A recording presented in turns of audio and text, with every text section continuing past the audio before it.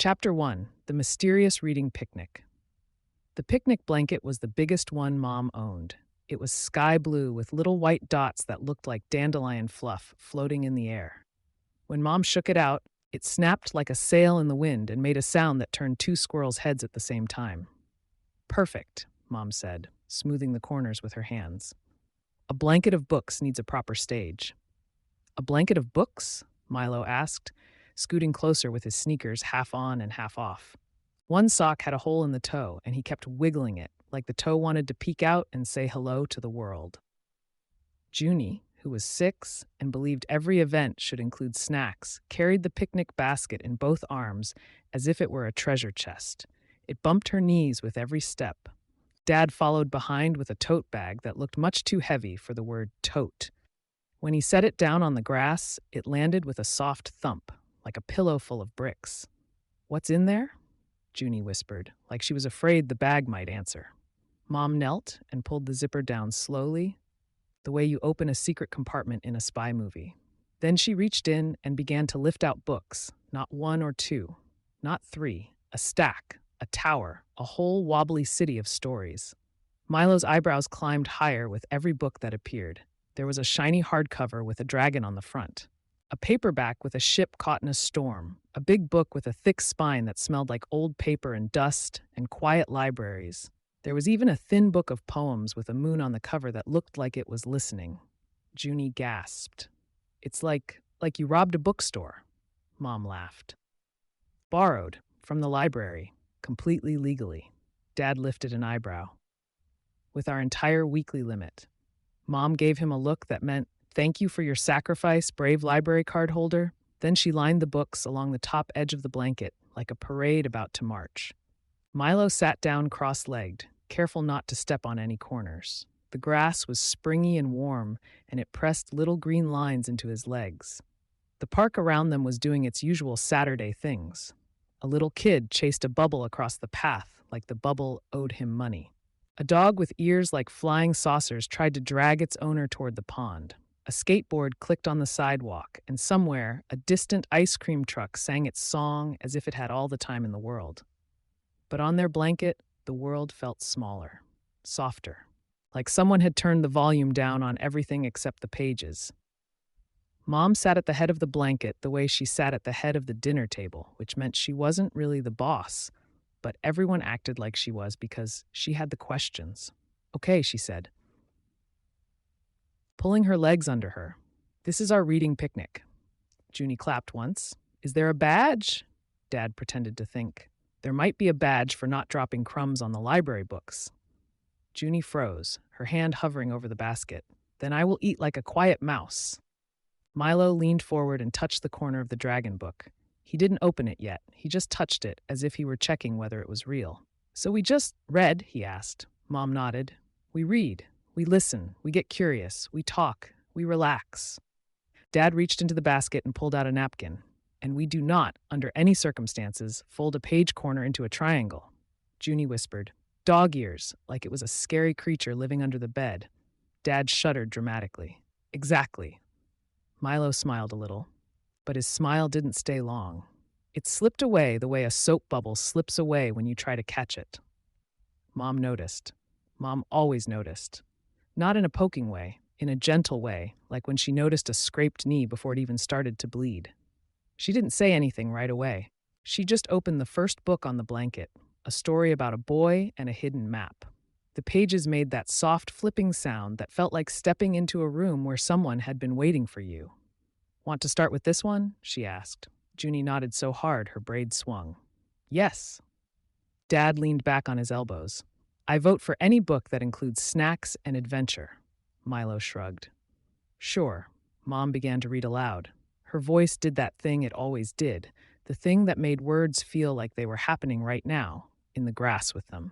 The boy in the story wasn't only on the page. He was crouched behind the park's big oak tree, looking over his shoulder.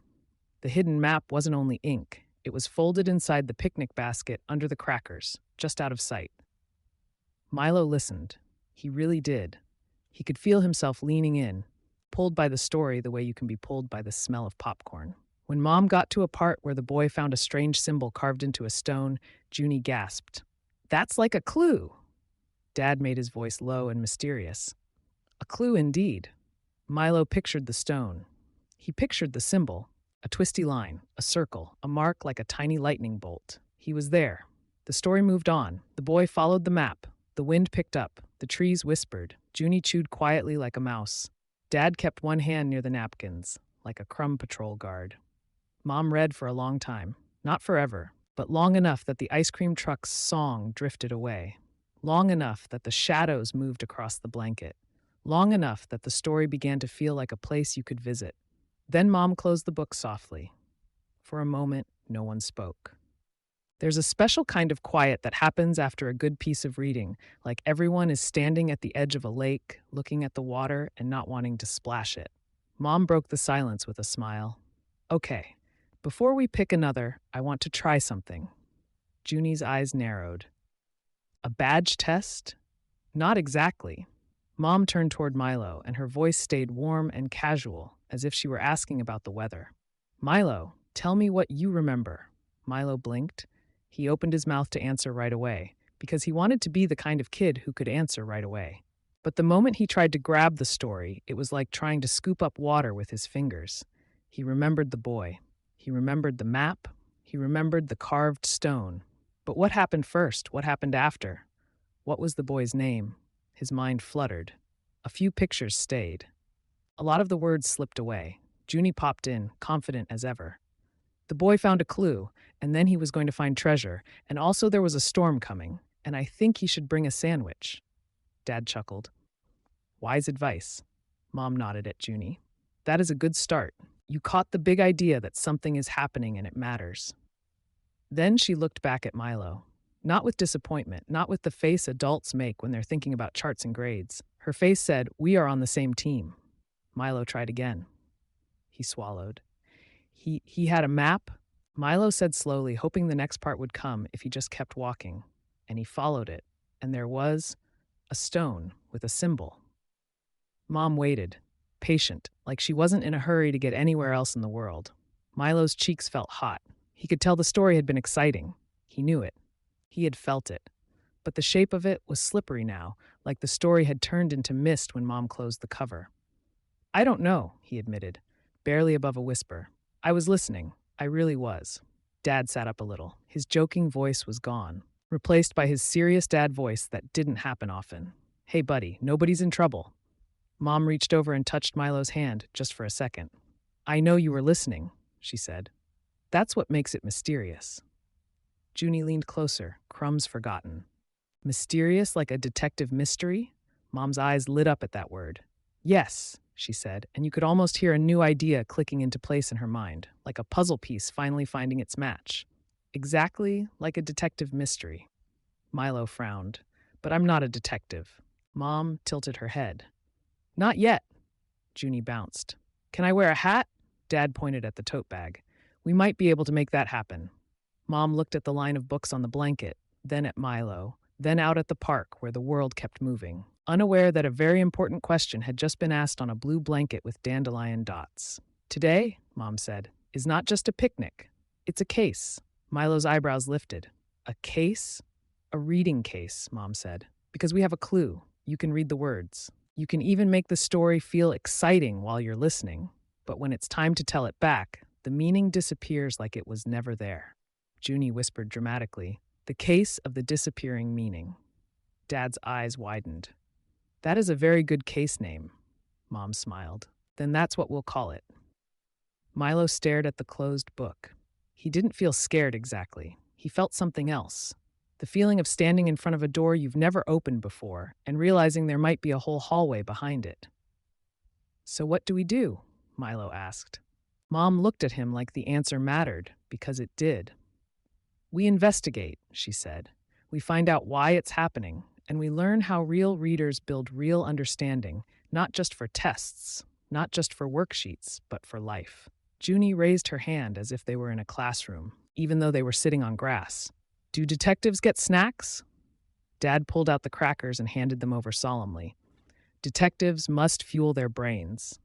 Mom laughed softly, and then she picked up the book again, not to quiz, not to pressure, but to open the door a second time.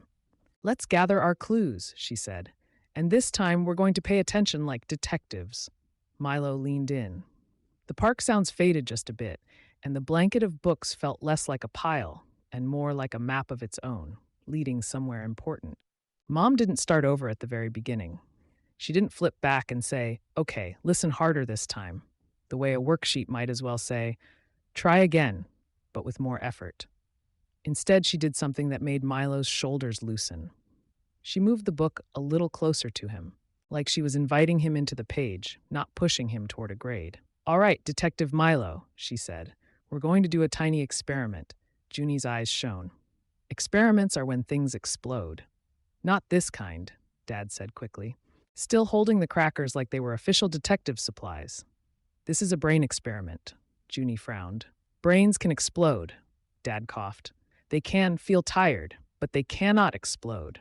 Mom smiled and kept her voice calm, like she was lighting a lantern, not an alarm. "Here's the experiment. I'm going to read one short part. When I stop, I want you to do 3 things." Junie held up her fingers. 3 is my favorite number." Mom held up 3 fingers too. "First, you tell me one picture you saw in your mind. Second, you tell me one thing you think was important. Third, you tell me one question you have." Milo blinked. Those didn't sound like trick questions. They sounded like the way his brain already worked when he watched a movie. Pictures, important parts, questions. "I can do that," he said. But he wasn't fully sure. Mom read again, just a small slice of the story. Her voice curled around the words like a warm scarf. The boy on the page crept toward the stone. The symbol was there. The wind lifted the edge of the map like it wanted to escape. Then Mom stopped. She didn't say, "What was the main idea?" or "What happened in paragraph 2?" She simply closed her finger in the pages as a bookmark and looked at Milo. "Okay," she said softly. "Picture, important thing, question." Milo swallowed. This time, instead of grabbing the whole story at once like a slippery fish, he reached for one piece. "A picture," he said slowly. "The stone, it was kind of wet, like it had moss, and the symbol was carved deep." Mom nodded. "Good, you saw it." Junie leaned forward. "I saw the symbol like a curly worm," Dad said. "I saw the boy looking over his shoulder like he thought a squirrel was spying on him." Mom laughed under her breath. "All good pictures. Now, Milo, one important thing." Milo looked down at the page. He could feel the important thing in his chest, the way you feel when something matters in a story, but naming it was different. "The important thing is, the symbol is a clue," he said, gaining speed as he went. "Because it means the map is real. Like he's not just imagining it." Mom's eyes warmed. "Yes, you just did something detectives do. You didn't just repeat a sentence, you told why it mattered." Junie popped her cracker into her mouth. "The symbol is like a treasure's handwriting." Mom pointed at her like that was exactly right. "Yes. Now last part. One question." Milo's question arrived quickly, like it had been waiting in the doorway. "Who carved it?" he asked. "And why is it there?" Mom's smile widened, not because she was pleased with him like a sticker chart, but because she recognized what had happened. Milo could tell. Something was working. Dad tapped his chin like he was in a detective movie. "Excellent questions. Suspiciously excellent," Junie whispered. "Maybe a pirate?"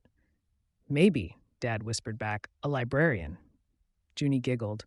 Milo felt a small spark in his chest. He hadn't suddenly remembered the whole chapter, but he had caught something real. A picture. A meaning. A question. Those felt like handles on a heavy box. Mom slid the book onto her lap, but she didn't keep reading yet. Her face shifted into her thinking look. The look that meant she was going to explain something, but not in a boring way. "Milo," she said, "can I tell you something strange about brains?" Milo shrugged. "Brains are already strange." "That's true," Dad said. Mom tilted her head toward the park. "Look out there for a second." Milo looked. The bubble-chasing kid was still hunting bubbles like they were rare creatures. A dog had finally reached the pond and looked very proud of himself. The skateboard clicked again, farther away now. Mom said, "Your brain is noticing 1,000 things right now. Sounds, smells, the way the grass pokes your legs, the way Junie is trying to eat like a quiet mouse but isn't exactly succeeding." Junie froze again, a crumb on her lip. "I am succeeding," Junie said very seriously. Then she slowly licked the crumb away. Dad coughed to hide a laugh. Mom continued, "Your brain has a job. It has to decide what to pay attention to, and what to let go. And then, once it pays attention, it has to do another job. It has to hang on to what matters long enough to make sense of it. Milo stared at the book. So my brain is letting go of the story? Not because it's broken, Mom said quickly. Not because you're not smart, but because something in the chain is getting clogged, Dad nodded. Like when the sink drains slow. Junie brightened. Like when somebody puts a spoon in the sink and then the water gets mad. Mom smiled. Exactly. So we're not asking, why aren't you trying? We're asking, where is the clog? Milo's spark flickered into something bigger. He liked that. A clog could be fixed. A clog didn't mean you were a bad sink. Mom tapped the book lightly.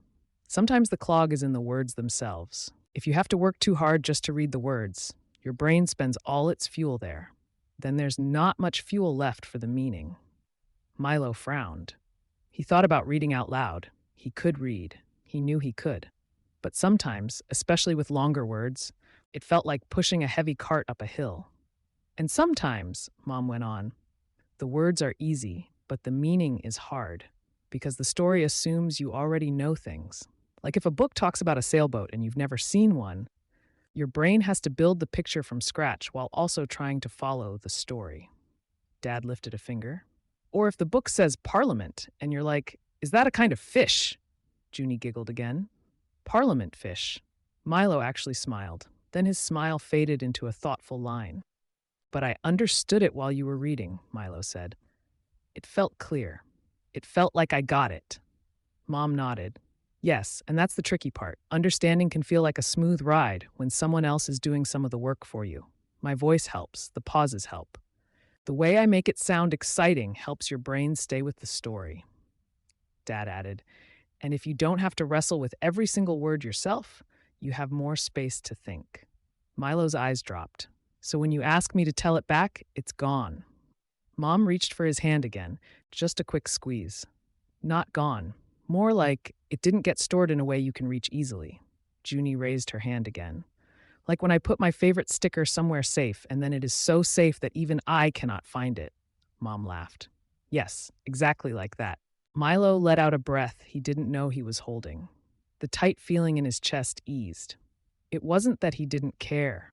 It wasn't that he was being lazy. It was that something needed to be taught or practiced or uncovered. Mom glanced down at the page where her finger held the spot.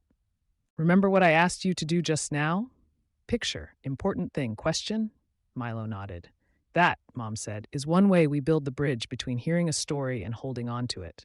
Dad leaned forward. A bridge is good. Bridges mean you don't fall in the river. Junie whispered, unless you jump in on purpose. Mom's voice turned even gentler. And there's another tool, a very old one. Older than worksheets, older than those little bubbles you fill in on tests. Milo's ears perked up. Older than tests? Dad sighed dramatically. If only tests could be older than themselves and disappear. Mom ignored him, but she was smiling. It's called narration. It's a fancy word for something simple. It means you tell back what you heard, not as a quiz, not as a gotcha, as a way of making the story yours. Milo's stomach tightened a little. But I can't. You can, Mom said, steady and sure. You just did, in little pieces. And we're going to get better at it the way detectives get better at finding clues. By noticing what matters, by practicing in small steps, and by figuring out where the clog is.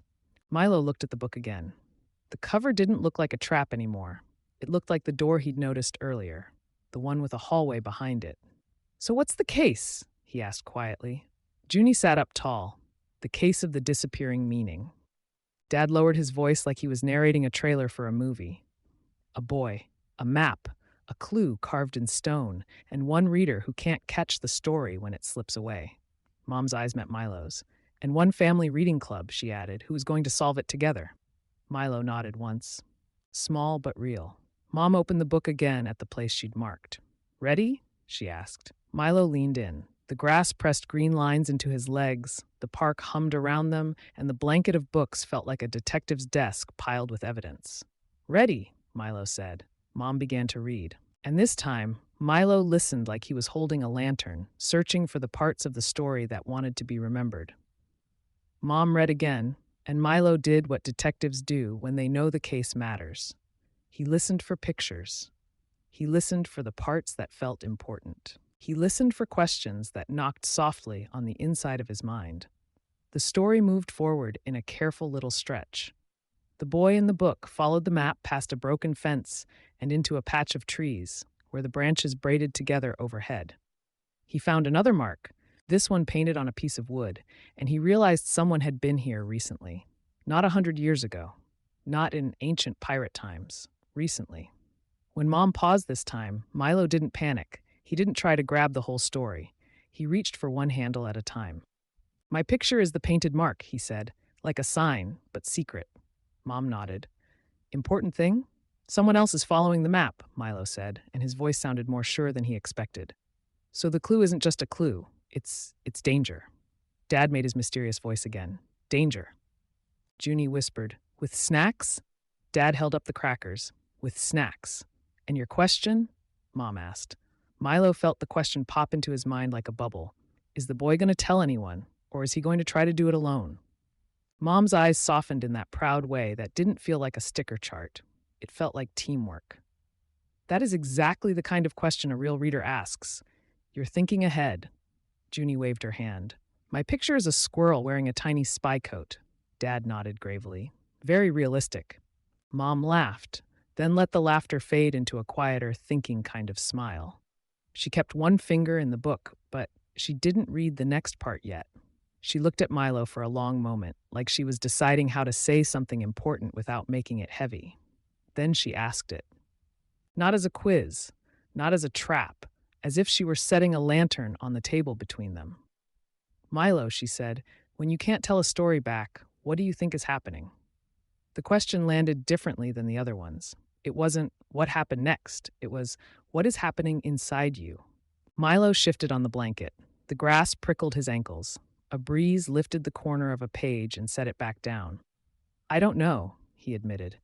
"It feels like I'm watching a movie, and then someone turns the screen off, and I can still feel the movie, but I can't explain it." Mom nodded slowly. "That's a good description." Dad leaned forward a little. "Like you know you ate lunch, but you can't remember what it was." Junie brightened. "It was crackers." Dad pointed at her. "See, this is why we bring a witness." Milo tried to smile, but Mom's question had made him think in a new way. If it wasn't laziness, and it wasn't dumbness, and it wasn't not caring, then what was it? Mom glanced down at the stack of books lined up like a parade. "Here's my big question," she said. "The one that helps us solve the whole case." Junie leaned in like Mom was about to reveal the name of the villain. Dad got quiet. Milo held his breath without meaning to.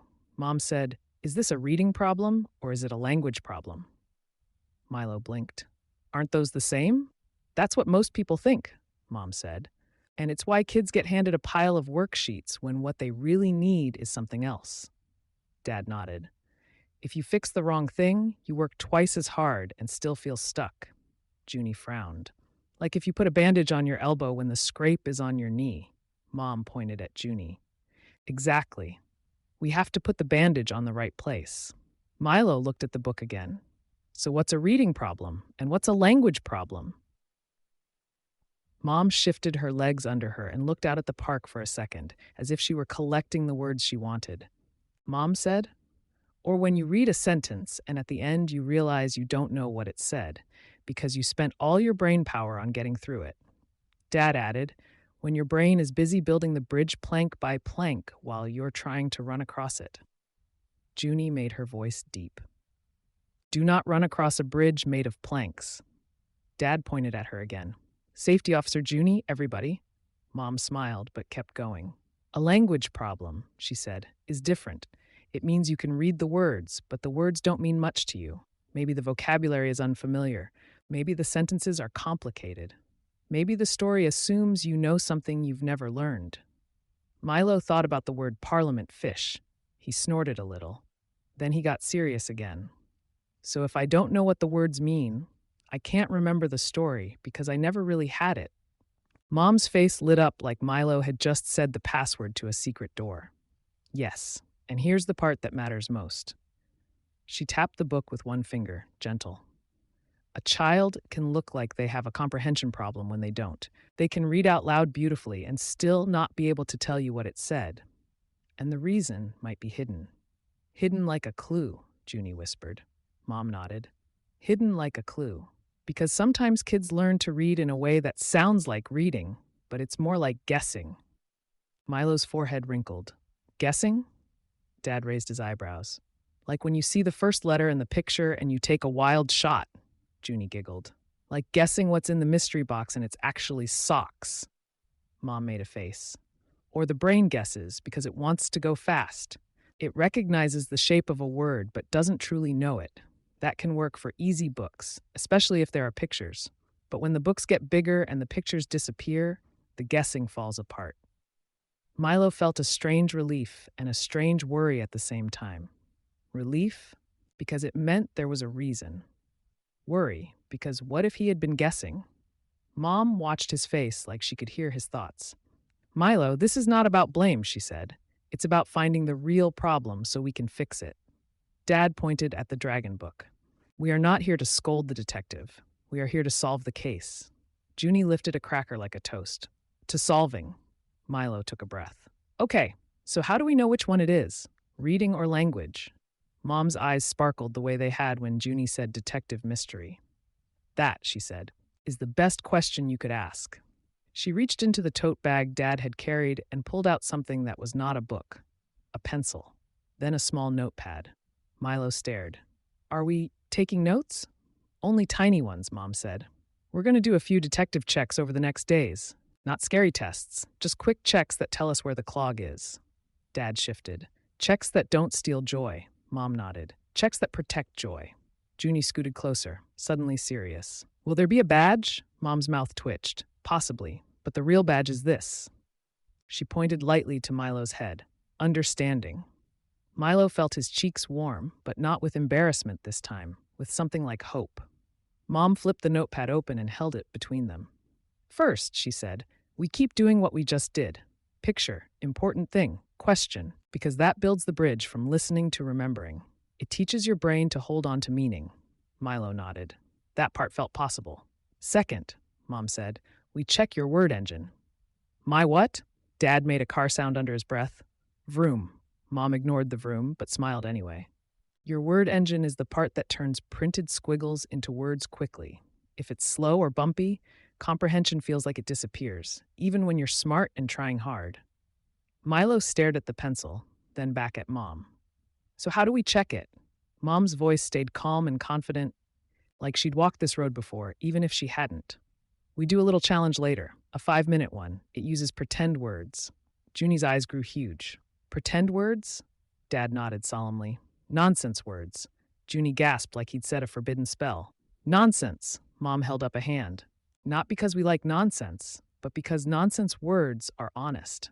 They can't be memorized from pictures. They make your brain use the real decoding tools.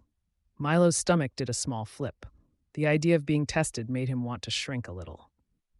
But Mom's voice didn't have test day pressure in it. It had detective energy in it. Milo looked at the line of books on the blanket again.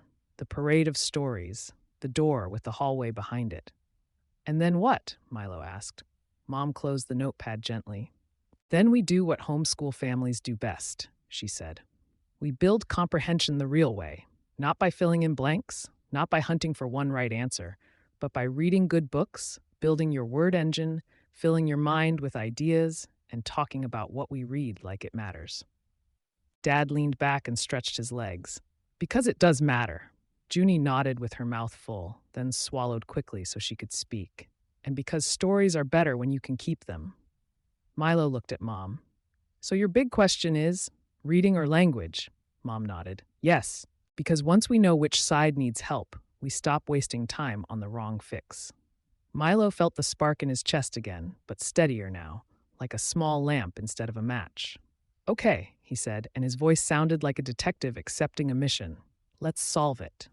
Mom's smile was soft, but her eyes were fierce in the way moms get when they decide something is worth protecting. We will, she said. And Milo? Yeah? She touched the cover of the book once, like a promise.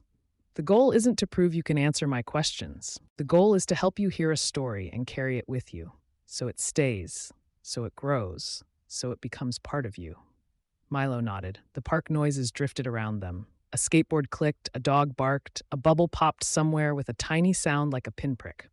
Mom opened the book again. All right, detectives, she said, voice brightening. Back to the case. Junie saluted with a cracker. Dad said, "No dog ears." Milo leaned in, and as Mom began to read, he didn't just listen for what happened. He listened for meaning that could be kept.